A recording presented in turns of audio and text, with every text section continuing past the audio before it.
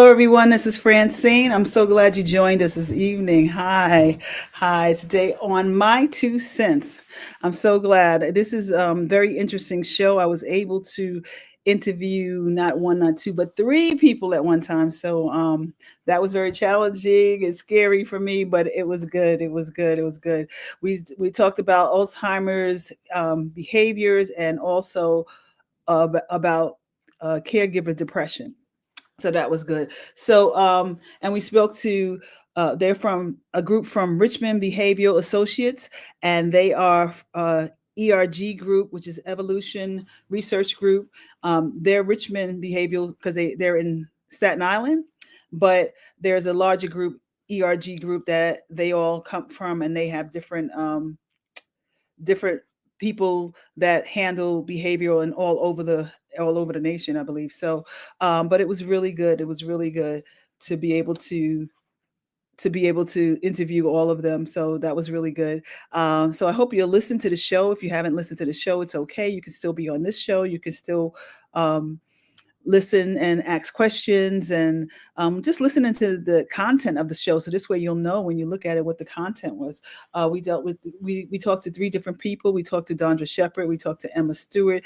Their outreach. And they work in clinical outreach and resources and research for psychiatric care. So we're talking about behaviors. And we talked to Dr. Smith, who Dr. Smith is a clinical psychologist, and he works also with them, and they're a group, they're a team. So they work together. So it was really good. This is like a spinoff from my Autumn is Here podcast, which is on Sundays at 3 o'clock, and it is where I give people information about being more involved with their aging parents, things that have to affect seniors, things that caregivers have to deal with. I give it a I give it a sorry, things that have to help seniors, and I also give a place for platform for caregivers. I'm sorry about that. There was something wrong with the actual Instagram thing, so I'm not sure if that's going on Instagram right now. I'm looking at that. Um, okay, so I'm not sure if it went on Instagram or not. I hope you're not. I hope you are. If not, you're hopefully on Facebook. Um, so anyway, we're talking about that. I'm going to just give you some insight into some of the things that they were talking about. They were talking about first Alzheimer's and the effects of Alzheimer's. Some of the things is that you have to deal with when you're dealing with someone with Alzheimer's, and some of the things that you have to be aware of so you can recognize them. Sometimes it takes like 3 years for people to actually recognize that there's something different that your parent is doing that wards you to go to a doctor. So that's a little different. You can't and one of the points that they made is that people who have Alzheimer's or having memory problems, they don't want to go to the doctor. They don't think anything is wrong with them. So it's up to the caregiver to kind of look out for these things and notice these things, notice that they're different, that they don't understand things, and not that they're just forgetting. It's not just forgetting. It's forgetting and um, going on and not knowing how to get back to what they were doing, not remembering at all how to do certain functions. So these are things that the caregiver has to bear, and they have to bear in mind so they can take them to the doctor and be an advocate for them. Also to suggest to a primary doctor. What one of the other points was that primary doctors are very busy, and that's not necessarily a specialty. So they may not offer you to go to a neurologist. They may not even notice that it's something that's medical, that's memory based, or memory loss and stuff like that. They may just think of it something different and just like, okay, give you some medicine and come back in 6 months and that kind of thing, because they're not specialists in it and things like that. So that's why a caregiver has to be an advocate. A caregiver has to understand these signs. A caregiver has to know what's going on, because if you know what's going on, then you know what to ask for. So That's one of the things that they were talking about and stressing, that understanding the behavior of people with Alzheimer's. So this way you can ask the doctor for certain things, for certain tests, for pet tests and different things, and they're supposed to give you certain things, but they may not. So also the behavior, it's something where, you know, if you're trying to get them to the doctor, and sometimes our parents can be a little stubborn. So if you're trying to get them to the doctor and they're a little stubborn, then sometimes you have to be innovative and make different things up, like for them to be more welcome to go. Like if they're doing something and you'll say, you know what, mom, dad, you keep forgetting whatever, or these things are happening and it's more than losing their keys, but you keep doing this, you keep, and they're like, oh, I'm okay. They said, just try to say, well, you know what, Frances, she had a her mom, and her mom kept doing the same thing, and she took her mom to this doctor and they really helped her, or she took her mom to this place and they really helped her, that kind of thing. You kind of have to be innovative with it. So that was one of the things that they said, one of the points that they said. Also keep them active. Keep them active. Do adult daycare and different things like that. So what they do as their team, when somebody is diagnosed or they come in and they are getting care, they also, as far as their team and their outreach center and their research, they also try to help them to do things more than just medicine. It's more than medicine. You have to deal with the behaviors. So they help them to get community places to go. They help them with the things that the caregiver may need. And they also help them to just make sure that they're able to have all the support that they need. So they help them to know where the support is, and to make sure they have the help that they need to help their person. So this research group also does, like, overall, they also do research for other things which have to do with mental health, but we're talking about Alzheimer's today. So they're a team, so they do different things, and they rely on each other. So it's very interesting how people are really working on different things to help with this and Alzheimer's. It's also how to manage your lifestyle. It's They help them to manage their lifestyle. They help them to manage the frustration that the person is going through. Give them tools and give them things to help with that. They help them to be able to um, deal with the stress of everything. So it's a lot of things involved with dealing with this research group. And one of the things that they do, of course, is clinical trials. And clinical trials we spoke about before. And when we do clinical trials, uh, it's it's something for the doctors to look into. They're researching better medicines and things like that. One of the things about clinical trials, if you have Alzheimer's, if you have other things that are happening, is that uh, their medicines that they have that they're testing you on, you can continue to use that. And sometimes they work better. Sometimes they work better. So you can continue to use that. So it's really good that they're able to do that. Um, they're able to do that for you. Like there's some medicines that also are not out. They're not out yet. So therefore, because they're not out, then nobody else has access to them. But if you're doing a clinical trial, you have access to them. So that's a really good thing. That's a good thing. So glad to see you on. Hi, Deborah. How are you? I'm so glad you're on tonight. Thank you. Thank you. I don't know if we're having technical problems or something, but it's okay. We're still going to go on. I'm hoping that some more people will come on. I hope, if you haven't seen the show, it's okay. But we're talking about Alzheimer's and the things that happen and the behaviors, because we were talking to Richmond Research Associates, and they deal with the whole behavior, and they're a whole team of people. So that's what we were talking about. But another thing that they were talking about also with the clinical trials, like also, some clinical trials you get paid for, so that's a good thing to do that and to look at that. And also realizing that clinical trials have been around forever. That's how we got the other medicines. So the other medicines that some of you may use, whether statins or something for diabetes or whatever, they went through this. they went through the clinical trials, and because they went through the clinical trials, they were able to get this medicine out finally to people, to the general public. That's what clinical trials do. So it may not be for you, but it's paying it forward. If you do a clinical trial and they can determine certain things, and with your biomarkers and things like that, then it'll be out for the future, for somebody in the future. And what he actually told me was that they're onto some things right now that may help, with Alzheimer's. They are working on a blood test. They're working on a blood test for Alzheimer's. So um, that's also something that's good. That's it's less invasive, to do that and kind of find out.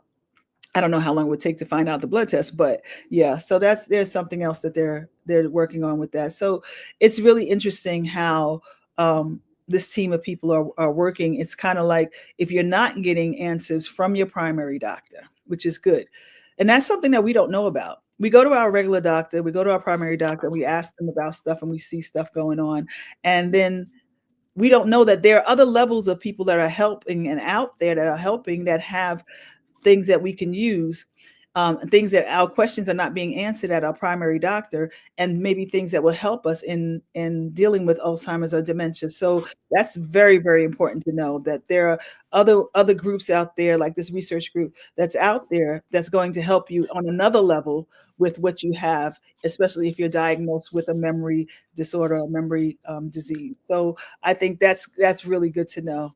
Hi, Evelyn. How are you? Hi, Bridget. Okay. Okay. How I am you so doing? sorry for Welcome. popping on here Well, this time. I'm excited to be here. welcome. I was having a little bit of technical problem, but I think it's okay now. But yeah, so we were talking about the research group, Richmond Research Associates. We were talking about them, and we were, and how much they're really doing stuff that you know some of us don't know about. I remember going to the doctor with my mother, and it was just like, oh, okay, we go to the doctor, and it was kind of like basic, just basic, and nothing, like I said, they didn't tell me for 5 years that she had Alzheimer's. So it was just basic. But when they did diagnose her, it just gave her one pill that at that time it was a common pill, Aricept, and that was it. Didn't tell you anything else, didn't anything else. And then if you had somewhere else, that if I knew about something like this, or research, or clinical research, or this group that has medicines that they have access to that Mhm. could help more, that's great. So yeah. So Yeah, yeah. I it's, go ahead. You want to read that? Okay, so how do you say that? Arbed? Hopefully I'm saying your name right. it's The Deborah. doc. Oh, Deborah. Okay, sorry. The doctors mentioned clinical trials with my mom. I didn't Oh, agree to it due to just being overwhelmed with the taking care of mom. And Jay, think I was afraid to try. That makes see, sense. yeah, that's interesting. That's interesting. Yeah, because in a lot of things, that's another thing about trying to be prepared ahead of time and trying to know more ahead of time. Because when you're overwhelmed, it's like, even if they're saying the right thing, it's like, okay, like, you're just tired. I got something else to do, because you always have something else to do. You always have something else. So, um, you know, it may be something, but like, and especially if you're not familiar with it, it's like, yeah, okay, whatever, and you push it aside. But if you're hearing about it, if you know about it, years before, if somebody says it, it might click to you that, okay, maybe that will help. So that's what it is. I'm so Mhm. glad that, I'm so glad you said that, because it's true. Sometimes it's so many things going on, like, you don't know, and it's like, okay, no, that's okay, we got enough. We're doing enough, especially when something doesn't have a cure. You know what I Yeah, mean? Because yeah, ideally, you don't want your parent in that state. You don't want your parent to go through that. You want them to say, here, take this, and they'll be better in time. And they're not. So now you have to deal with managing all of this, and that it's progressive and it's getting worse. yeah. So yeah, so And that's that makes it's a a lot of lot. sense though, what Deborah did, because if you're just finding out about it and you're already overwhelmed, I know for Yeah. me, I'll be like, listen, I don't want to hear nothing else. Yeah. Like I got too much on my plate right now. Yeah. So I think, shows like yours is good for letting people know ahead of time so they can Yeah. build Especially, that. yeah, especially if Yeah. it's, you don't know about it. If you don't know anything about it, it's just too much. It's just too much. It really is. And Hmm. some days Hmm. you're just worn out. You're just tired, you know. Yeah. So and getting But used we to the have to care. learn about these things though, because I think Yeah, sometimes, and I don't think all the times, but I think sometimes doctors, maybe because of certain, how do I say this, preconceived notions about certain people, they may not offer it to, you because they that's may true think too. that you're going to say no, or they may think that. So, But then also, that's good that you said that because there are preconceived notions about people of color. You know, hmm. some of the care that we get is not quality care.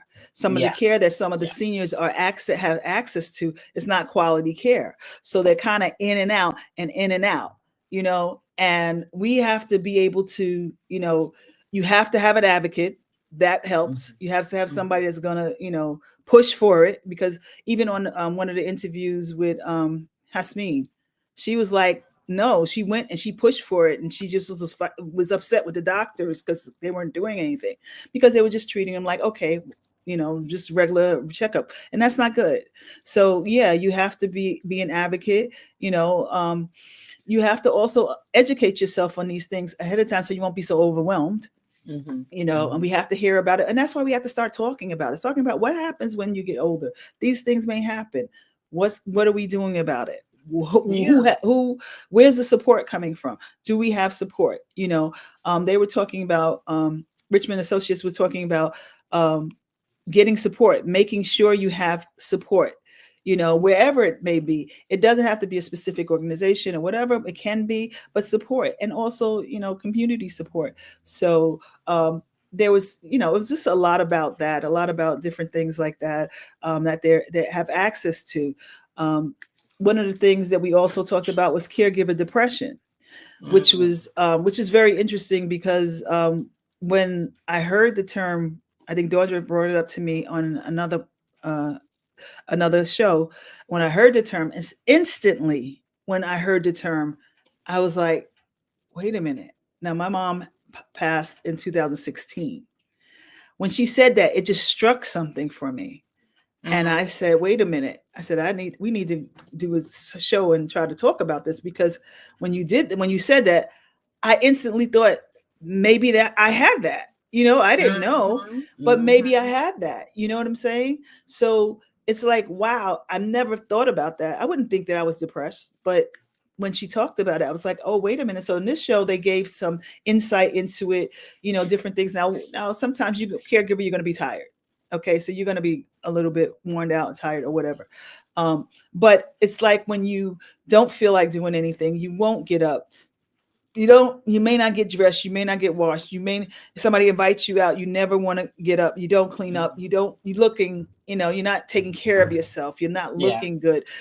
All of those things are signs of possibly going through depression because of the Yeah. pressure. And of course the reasoning is because you're going through so much that you don't even want to focus on yourself. Once you get them together and put them to bed, you kind of, you might not want to do anything for yourself. So, Right. and then it becomes isolating, and when it Mm. becomes isolating, that's where it can be a problem because, there's nobody around to kind of pull you out of it. There's nobody around to recognize it in you, So that's one of the things that they were saying, that if you um, find yourself in a space like that, don't isolate yourself, or always try to keep something or someone around you, somebody that will check you and say, hey, you know what, you're just not looking good. Or some caregivers lose a lot of weight because they're Mhm. not eating, they're not taking care of themselves.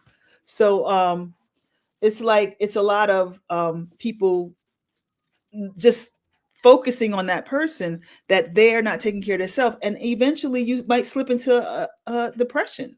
So you have Yeah. to recognize that. But you also, this is another message for friends and family: check on the person that's the caregiver. If you're not Hmm. participating, if you're not whatever, you can check on them and be honest, look at them, and you see differences, say, listen, you're not looking good, or Yeah. you need some help. Yeah. um Deborah said it sneaks up on you. It sneaks up on you. Yeah. Mhm, And that's why mhm. I honestly, when she said that, now this has been all these years, when she said that, it hit me. It was Yeah. like, I think I was depressed. I just didn't Mhm, know it, you know. I mhm, think I was mhm. depressed, you know. Yeah. And it's you know, you get frustrated and all kinds of things. You get snappy, short-tempered, things like that. You find somebody sleeping all the time. Every time you just want to go to sleep. You know, it's like you have to check your friends. Check your friends, you know. Yes. Make sure that you know, even if you're not doing anything, even if you sorry, I don't mean you're not doing anything, but if you're not participating as much as the primary person, you can Right. still check in on the primary person and see what's, you know, how they look. Check just a health check, a health check Yeah. for them, you know. And you know, if you don't feel good in your caregiver, if you feel different, if you can express that to someone, express it, you know, express it to somebody. This way, you know, you can get the help that you need, you know. So it's interesting about the caregiver depression. It really was, that really struck me. And one of the things, oh, did Elizabeth says something? I can't read that. Yeah, Elizabeth said this is why you need Hi, Liz. counseling when taking care of a loved one with dementia or any sickness for that matter. Yeah. Yeah, counseling. Yeah, absolutely. You do need counseling. And we don't think about that. Sometimes we think about that after, but we do need counseling during. You know, you Hmm, need somebody hmm. to vent it out or whatever, to talk to, either professional counseling or even like your church or something. You need that. So you need to be able to like take a breather and say, okay, let me get my head together, maybe see a therapist or something like that. You know, that's really good if you can do Yeah. that, you know. Thank you, Liz, for that. But Hmm. also, it's so funny how, you know, one of the things he said, one of the major things with now, just seniors in general, seniors are isolated and they get depressed, whether they have Hmm. dementia or not. They get isolated, their friends are gone. They may have to be in a facility or Wow. somewhere where they don't know people, so they, you know, they regress. And that's one of the biggest groups that do get depressed. So check on your seniors, check on Oh, it's real. not only your parents, but check on your seniors, seriously, Yeah. because Yeah. they go through depression. Because, and you can imagine it, my friends are not here, or my family is living somewhere else, or they're all doing their own life, and I want to go out, I can't drive, I can't see that well, I can't, you know, it's Mhm. frustrating. And then you kind of just like sit to yourself. So watch that with seniors that are around you. Just make Yeah. sure that they're not falling into a depression, and just check them out, you know. So Yeah. You know, hi. first of all, I wanted to say, hey, Stacy, good evening. She said Hi. she just figured out how to comment. We're Hi. so glad you did. We're so glad you did. Before, I normally give a shout out to everybody, but before I do that, I wanted to say that, I say this almost every week that um this is so important, these conversations that you're having, Francine. And then also, it always reminds me that, there's just certain self-care things that we should have in place, that we can continue to implement as we are caring for our loved ones as they age. Because Mm, when they were talking about the counseling and the different things, to have in place, or even checking on your loved ones or whatever. Like, these are things that we can have in place as a regular, yeah, before a crisis happens. And I know you yeah, said that a lot yeah, too, yeah, like being yeah, prepared before a crisis happens. yeah. But Um, that always sticks out to but me, you when don't we have these. you know that you don't know until you're in it, you know. Hmm, And I know that. hmm, You don't hmm, know until hmm. you're in it how heavy it is and how Yeah. scary it is. And you know, and for seniors, you know, if you're feeling alone, if you're feeling isolated, you know, join a group, volunteer for something, be active in church. There are garden groups around. There are book clubs around. Things that you don't have to, if you can't exert yourself too much, do that. To go to a book club, you can, if you can, you know, if you can still see and read, you can do that. You don't have to worry Yeah. about physical stuff, because sometimes when you're older, we physical stuff and you get depressed because you can't really move around, but things like that. And now we have Zoom. So, Hmm. you know, yeah. So, you know, they can be able to join something, prayer groups, whatever it is, you know, walks, you know. So, Yeah. Yeah. Elizabeth. Elizabeth said that's true because my uncle is the last of 13 siblings and he's on the borderline dementia. And I try to talk to him a lot and I go by to spend time with him in order to lift his spirits. Love that. Oh, that's sweet. Yeah, yeah. That's good. We need to do that. We need to look out for our seniors and we need to do that. Even if it just, reading something to them or, just laughing with them, joking with them and laughing with them, that helps so much.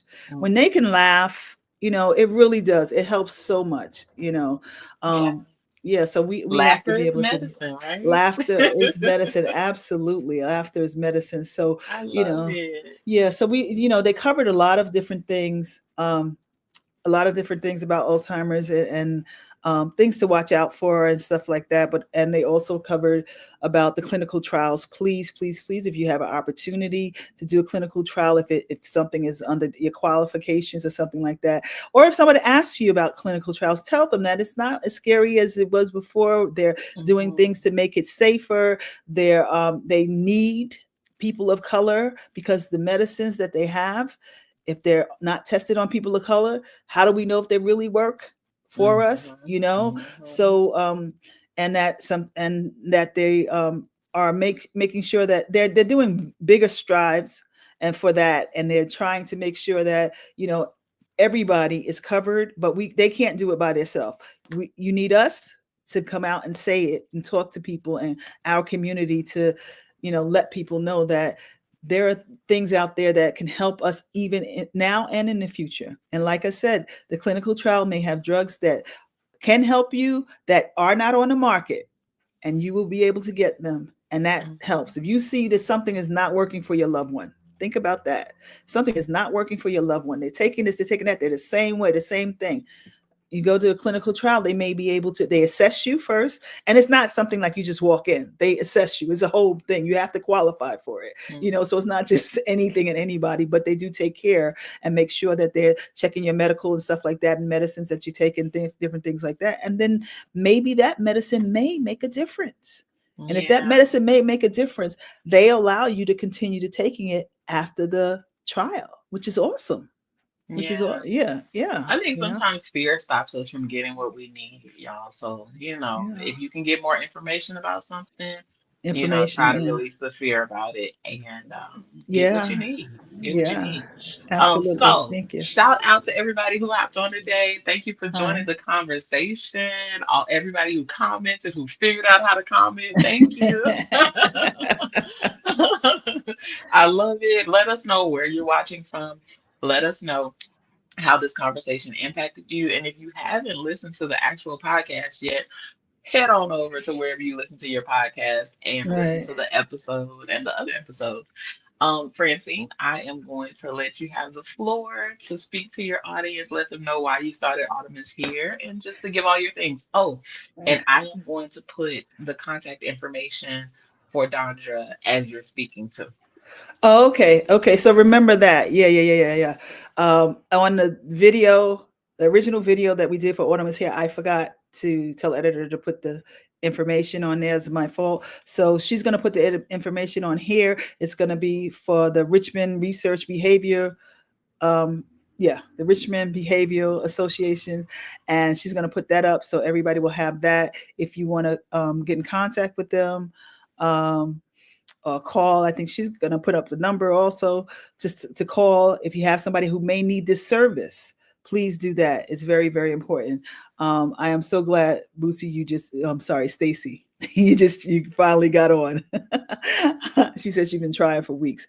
But listen, thank you all. I do this because my mom had Alzheimer's and I didn't know anything. And I know there's somebody else out there that may not know a lot about taking care of somebody not only with Alzheimer's, but taking care of their elderly parent or their family members. I'm encouraging people to look in on their family members to make sure that they check them out.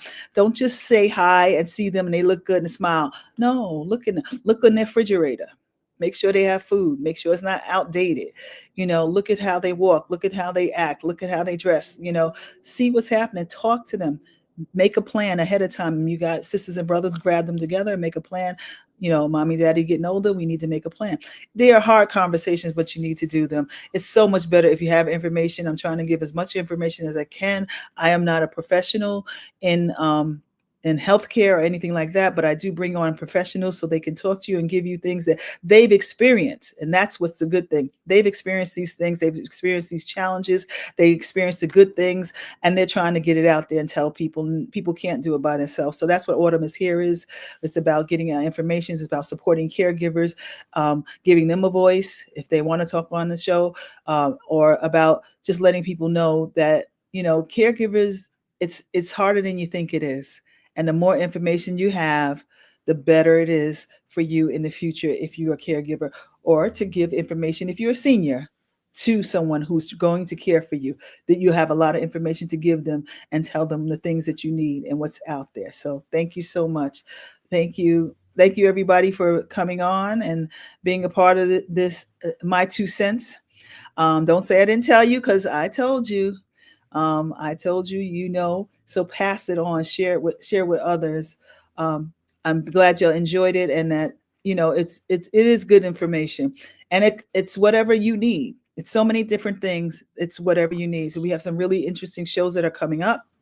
So I really appreciate y'all looking at Autumn is here, and make sure you click a subscribe, tell your neighbor, tell your friend, tell your people in your building. Please click and subscribe to the YouTube channel, at least, because this way we want to be able to continue to do this in the way that we're doing it, and get more guests, and be able to get more guests to have more information for you, for the Love community, it. for the community. So, Love well, it. We got some good things coming down the pipeline. yes, I'm yes, we're working on some good excited. things. So yes, yes, yeah. All right, y'all. Thank y'all for Okay. hopping on tonight. Thank you, everyone. Thank you for taking the time. I really appreciate it. Make sure you share. Make sure you share. All right. Good night. Good night.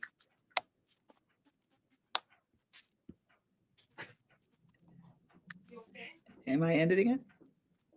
Yes, you need to.